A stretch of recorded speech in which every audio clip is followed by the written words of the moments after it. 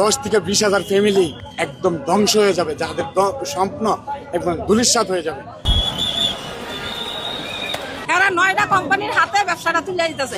আমরা সন্ত্রাস না, আমরা ব্যবসা করে শান্তিপূর্ণ ভাবে আমাদের বউ বাচ্চা মা বাপ নিয়ে আমরা 4টা ডাল ভাত খেয়ে বেঁচে আছি। এখন আমাদের সবার পেটের ভাত নাই কা, মোবাইল খুলি যেটার মধ্যে সিম ঢুকাই ওইটাই বন্ধ, যেটার ভিতরে সিম ঢুকাই ওইটাই বন্ধ।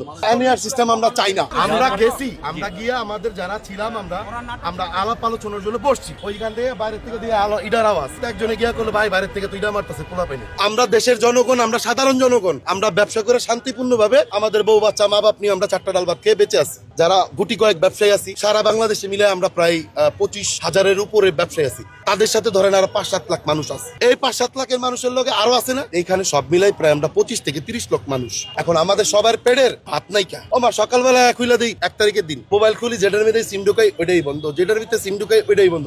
আমার দোকানে প্রায় 13-14টা মোবাইল বন্ধ। আমরা এনইআর সিস্টেম চাই না, একটা ভ্যাট ট্যাক্স ন্যূনতম।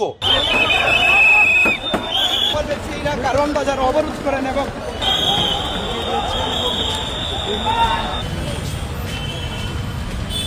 আমরা জানুয়ারি 1 তারিখ থেকে 12টার পরে 5:30 পরে আমরা দেখি আমাদের মোবাইলে সিম চলে না। তোমার ফোন দেয় ভাই সিম তো গেছে গা, যেখানে তো যাওয়ার কথা ছিল না। যেটা বলছে ওনাদের মুখেরই কথা, ওনাদের মুখ নন্দ কিছুটা কি দিয়ে কথা বলে, ওনারা নিজের মুখে বলছে বন্ধ হয়ে যাবে, নাহলে 57% ট্যাক্স দিতে হবে। তো ঠিক আছে, 57% ট্যাক্স দিতে হবে, তাহলে আমাদের এলসি দেন আপনারা, তাহলে আমরা 57% কেন, আমরা ডাবলই দিব। আপনাদের এলসি দিবেন, পাবলিক যদি কিনতে পারে আমরা বেচতে পারবো, সমস্যা নাই। আর যে বলে যে মোবাইলটা যদি আপনি একটা মোবাইল কিনেন, এই মোবাইলটা তো আপনার সিম একটা চলবে, এই সিমটা আর আপনি যে বিক্রি করে নেবেন পুরান মোবাইলটা বিক্রি করে নতুন একটা কিনবেন, ওই সিমটা মোবাইলটা চলবে না, ওই মোবাইলটা।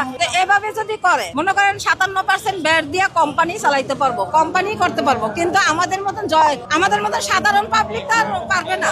আমাদের এই যে 20 লাখ লোক, এইটা বন্ধ হয়ে যায়, সব আমাদের রাস্তায় পথে বসে পড়বে। তাহলে সরকার আমাদের কি পথে বসাইতে চায়? এরা 9টা কোম্পানির হাতে ব্যবসাটা তুলে দিতেছে, কোটি কোটি টাকার মালিক হইতেছে, বুঝছেন? 9টা কোম্পানি কোটি কোটি টাকার মালিক হইতেছে, কিন্তু আমাদের এই 20 লাখ মানুষ তো সব রাস্তায় বসে পড়বে। 10 থেকে 20,000 ফ্যামিলি একদম ধ্বংস হয়ে যাবে, যাদের স্বপ্ন একদম ধূলিসাৎ হয়ে যাবে।